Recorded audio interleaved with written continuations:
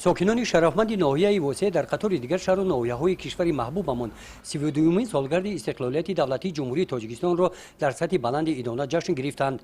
چهارمینی از نمایش هنرهای مردمی، دستاوردهای مهنتکشان ناحیه در سطح حیات اقتصادی، اجتماعی و حیات فرهنگی ناحیه در دوران سالهای صاحب استقلالی تاجیکستان آغاز گردید. کارمندان شبکه‌های برق ناحیه دستاوردهای استحصالی و ملکه‌های کسبی خود را در این چهارمینی پیشنهاد گردانیدند.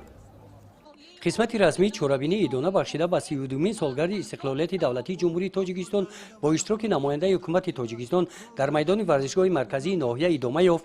بخشیده به جشن فرخنده ملت در معروضه رئیس ناحیه واسع از دستاوردهای ناحیه در سمت رشد حیات اجتماعی و اقتصادی ناحیه در سالهای صاحب استقلالی تاجیکستان یادآور گردیدند.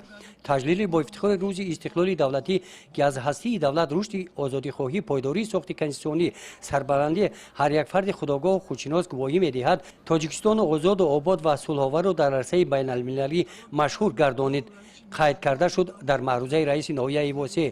ساکنان ناحیه واسع جواباً به غمخوری‌های پیشوای ملت پرزیدنت جمهوری تاجیکستان محترم امامعلی رحمان صادقانه به وطن خدمت نموده بر اجرای دستور هدایت‌های پرزیدنت جمهوری تاجیکستان به استقبال جشن 35 سالگی استقلال دولتی آمادگی جدی دیده ایستادند.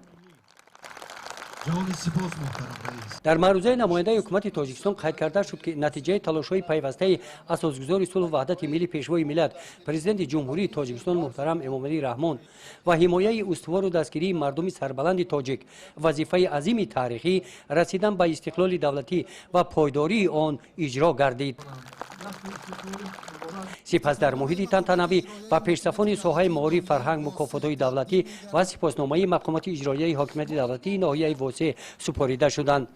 در قسمت فرهنگی چهارمینی بخشیده به جشن 32مین سالگرد استقلالیت دولتی جمهوری تاجیکستان کارمندان بخش فرهنگ ناحیه برنامه ایدانه را پیشکش اشتراکچیان چهارمینی نمودند.